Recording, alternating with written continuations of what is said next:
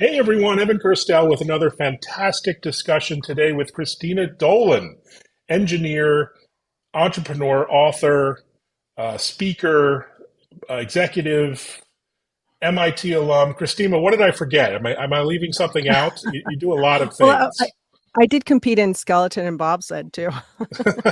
Okay, that I want to hear about actually. Maybe we'll save that for the end.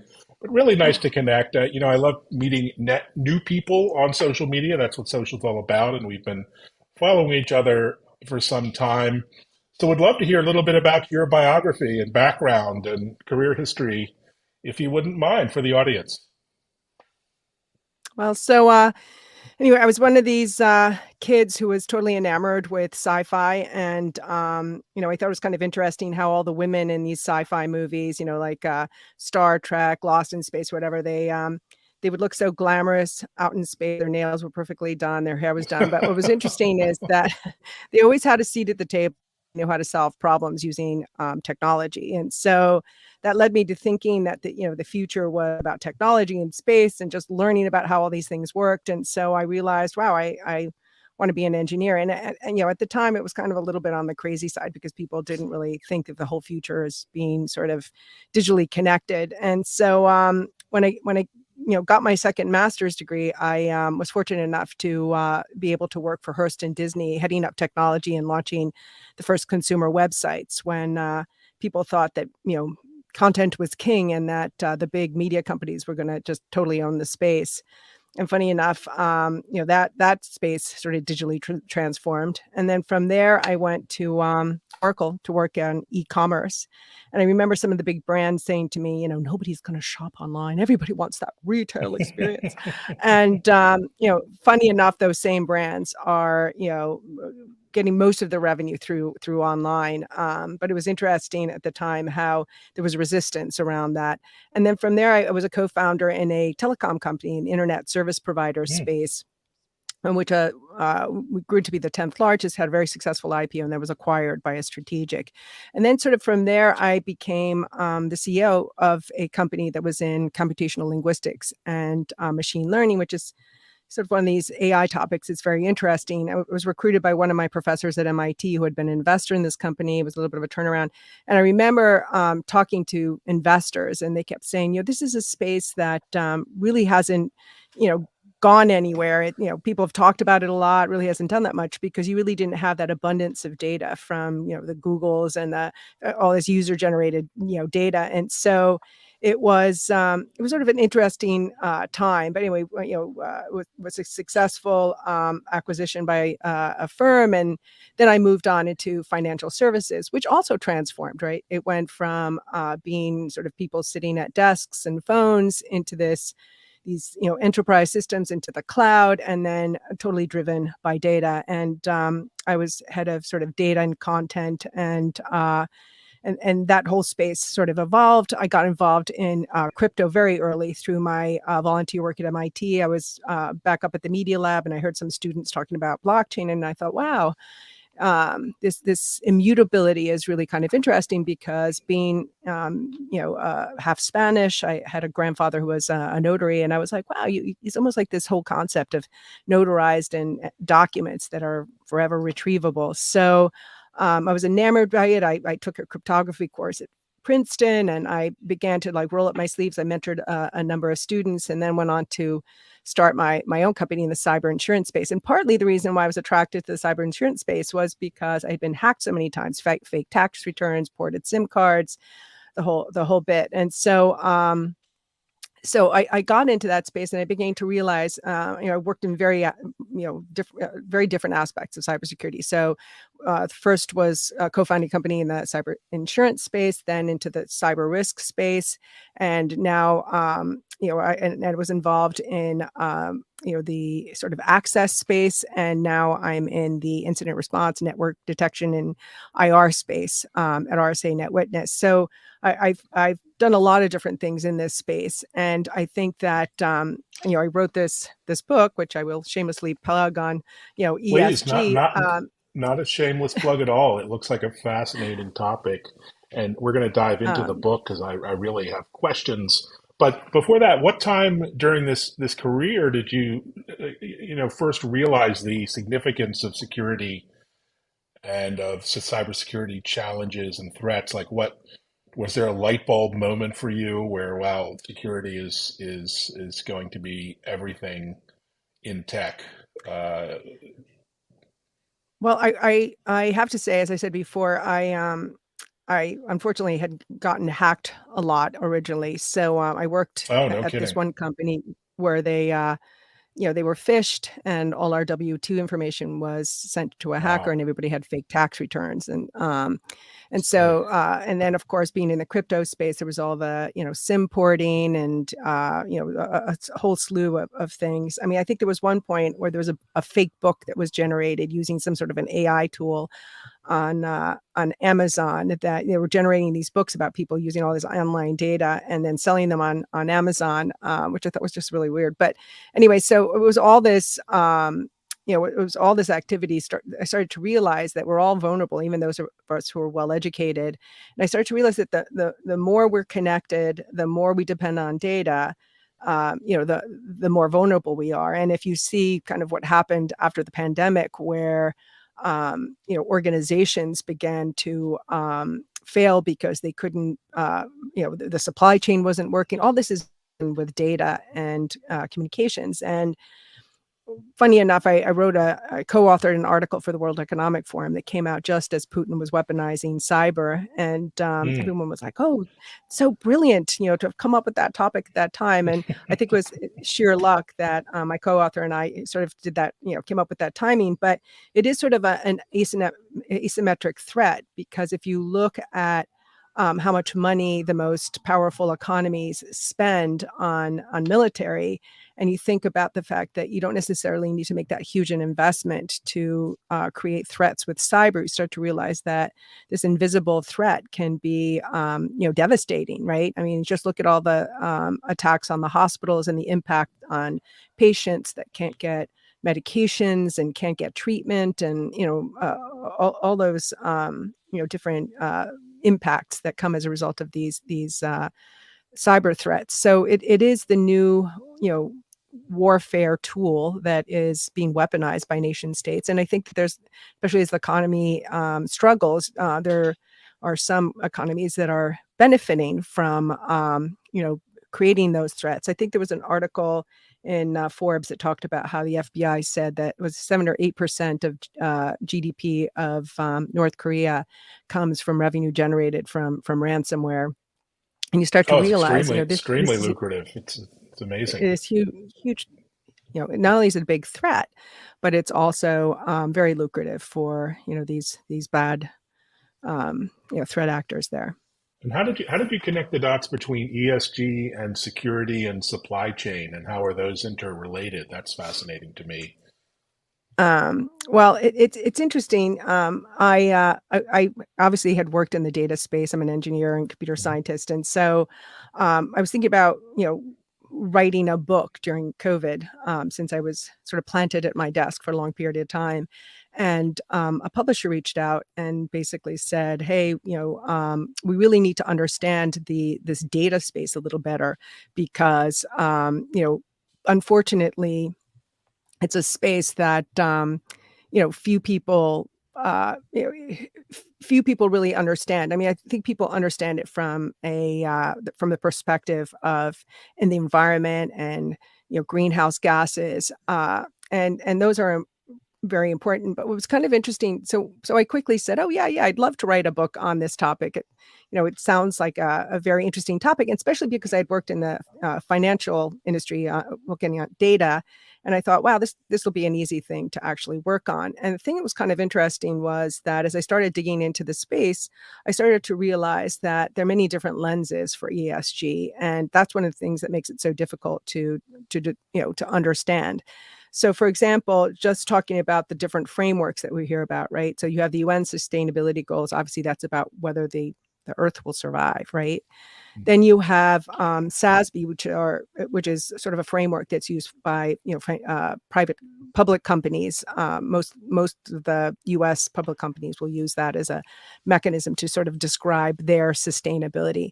But the thing that's interesting between that and the UN sustainability goals, the UN sustainability goals is really about, education and water and sort of threats to whether or not the Earth will survive. Whereas when you look at SASB, it's will the company survive? Will that entity survive? And it's about the, external threats on that company, the external risks, their actual risks, right? So your chief risk officer really cares about those risks, because when a company fails, that company takes down, it's not just the jobs and the local revenue, it's the tax base. And then keep in mind that everything's connected, right? So all of the suppliers and all of the partners and the tax base in the towns that those companies are based in. So it does have this sort of ripple effect when these companies don't survive. So you really want to understand these various threats, and things like innovation are part of these threats as well.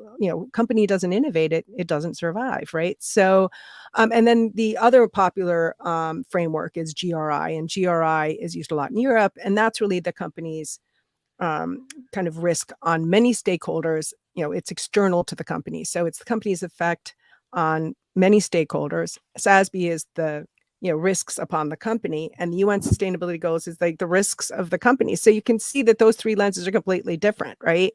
Now we take it down a level in that everybody uses different data sets, right? So you might have one organization that's using satellite data to see where water tables are moving, to see if there's a risk to a beverage company, right? But another one might use 3-year-old FEMA table, FEMA water tables. And so those are very different data sets. And then, can take that down further. So some companies will have more of a proprietary framework, a combination of the various ones that I described, or some proprietary version of them. And they might be looking at things like the number of product lawsuits that they've had in order to determine if the governance is in place.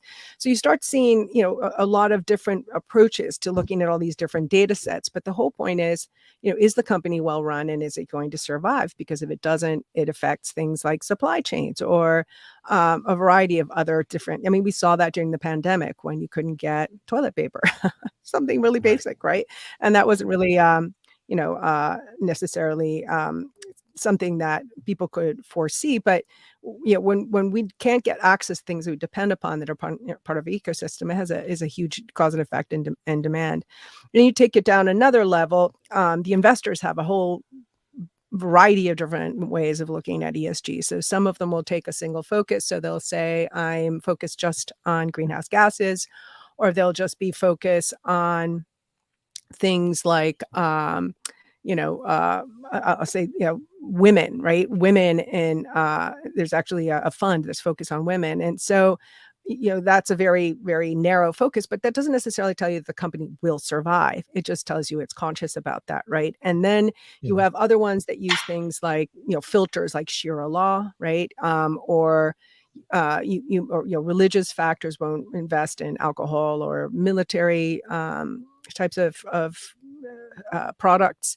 Or you'll have organizations that use, a very popular one is best in class, which basically means that if a company is the best run company in that particular category, then that particular that particular company is considered best in class, regardless of greenhouse gases. They might actually buy them on the market, buy some credits and appear to be net neutral. So even the way the investors talk about it, and it's interesting, I've spoken to a lot of conferences, and a lot of the investors will just go down a column in some sort of a trading screen of some type, and they'll buy some data source and then use those numeric values with really not understanding what's behind it. So there's such a wide variety, but I would actually say hands down that cybersecurity is the most immediate financially material risk, because if this asymmetric property about it, it's like you can take down a hospital, you can take down infrastructure,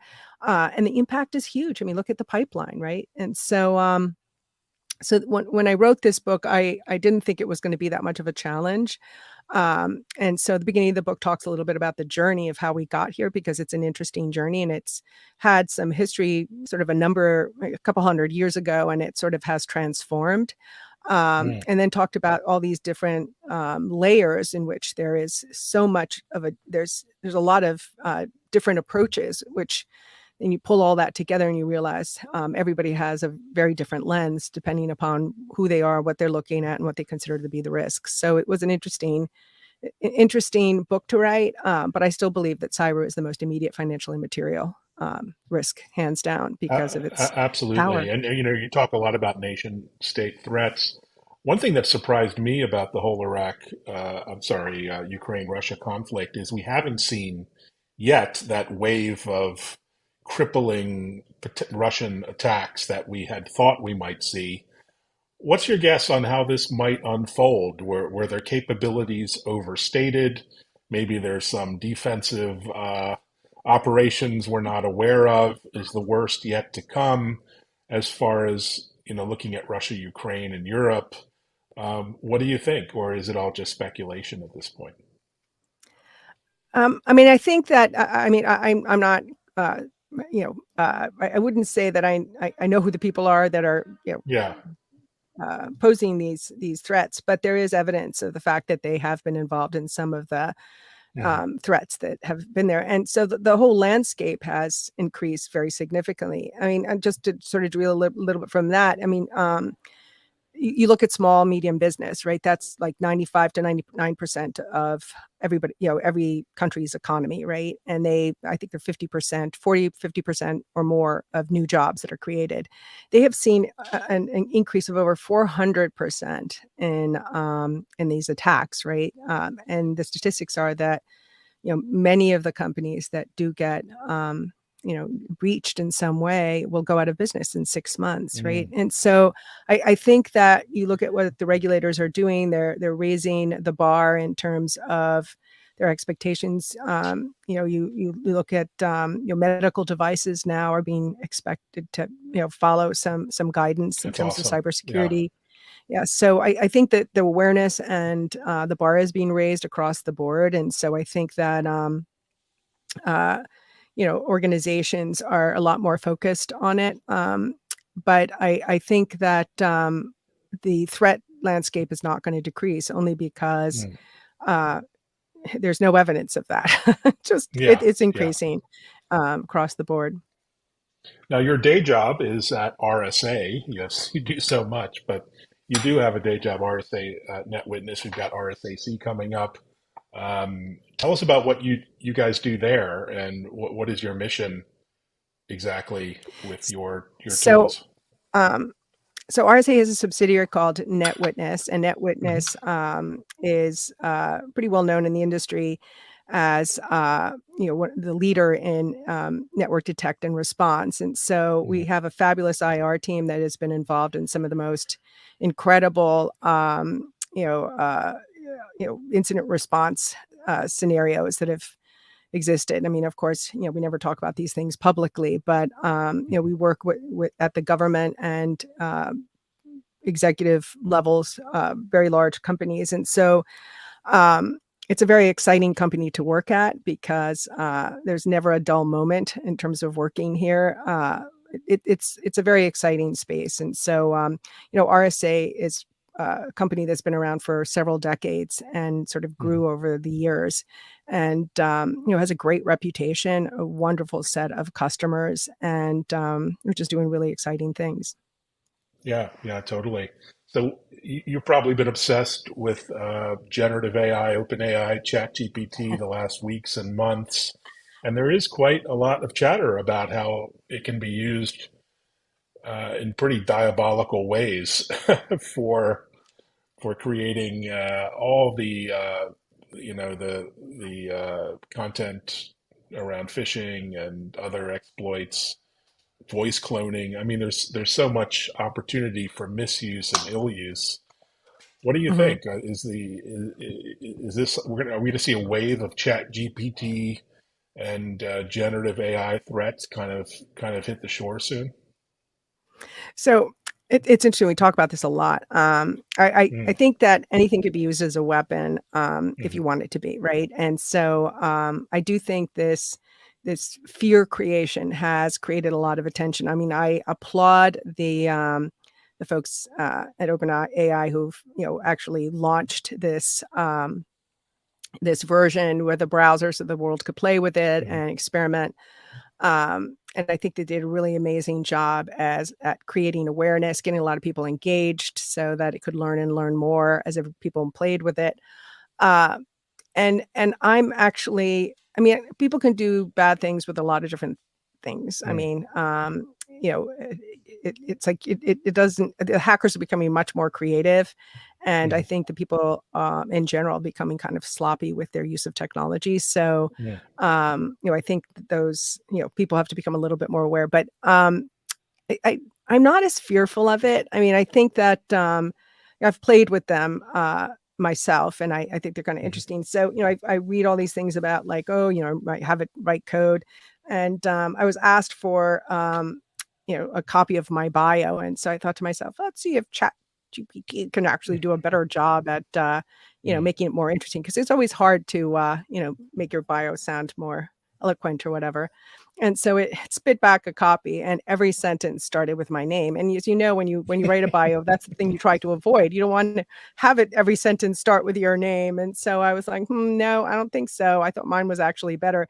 So I think that if you play with it, you can make it do interesting things. But it's not like some novice is actually going to just pick it up and start, learning how to create nuclear bombs and start Yeah, hacking, the yeah, president or something. So I think that somebody is inclined to do that can get that information from other places. But I think what's kind of interesting is that, I mean, I think each one of these AI tools has a little bit of a different uh, uh, uh, benefit, for lack of a better word. I mean, you have one is more eloquent in terms of speech, and another one has more interesting information that it accesses. But I think that it like for example for students, right, if you want to learn something pretty basic, you can ask it some basic information and it will eloquently pull together some of that information. So it can be used in interesting ways. I mean, I feel like every single technology has been um poo-pooed, and everybody thought that it was going to be the end of the world. I mean, I remember people talking about how um, movie theaters were going to go away, and yeah. Well, people were going to socialize calculators were less. going I to mean, ruin math class, and there was a outrage at electronic calculators being used by students. So, yeah, we'll adapt exactly. as we always do as humans. But I think that you probably agree that there is an opportunity for AI to be used for good by Yeah, cybersecurity professionals. You can't hire enough human beings these days in cybersecurity, nor exactly. do I think we'll ever be able to. I mean, you must be using AI in your Of products course. Yeah, in multiple ways to kind of yeah. scale capabilities and offload challenges from human beings.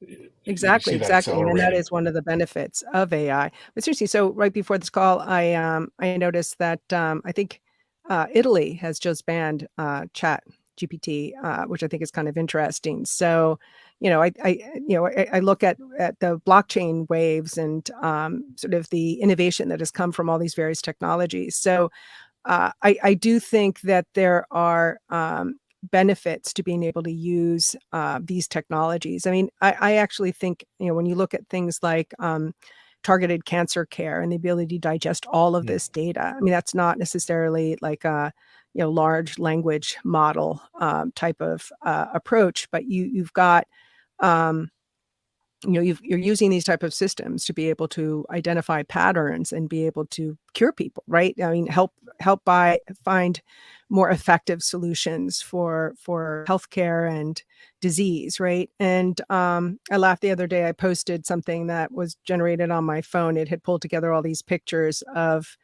uh, I think it was a trip that I did. I think it was somewhere in the Middle East where I had been speaking, and it pulled up all these interesting pictures and put it to music. And I thought to myself, how lovely! I would never have taken the time to do that, nor did I even remember the trip. And it was just so lovely to actually have all those pictures pulled up. So, I think that there are some beneficial things that get pulled up, and I get that AI can actually do. And I think that to sort of ban the use of a technology means that you're going to stifle innovation in that country or in that environment. I mean, I do think that I do think that it can lead to uh, weaponizing things because everything can. I mean, there isn't Absolutely. it. And funny enough, I wanted to write a post about Italy banning ChatGPT, but I wanted to come up with a title. So I asked ChatGPT, GPT-4 to come up with a title, and it was Italy bans ChatGPT, Apasta la vista, baby. I thought, Oh, that's very funny. there's something to this ChatGPT thing, but in any case, we'll be having fun with it. Besides going to RSAC in the next few weeks, what else are you looking forward to, travel wise, business wise, personal Yeah, travel? What's on your radar? yeah, I've got a number of talks, some in Europe, at a couple of conferences, and here in the States. I do a lot of work with LATAM, so looking forward to going down to visit some of the clients and partners that we have there.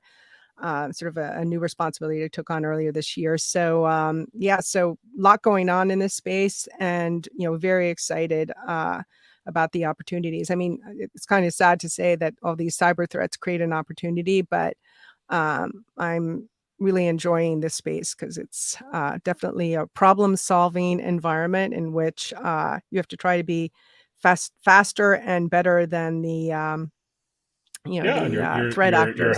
helping people, helping companies. It's better than designing the next Snapchat filter. Let's say that. But in That's any case, really nice chatting with you.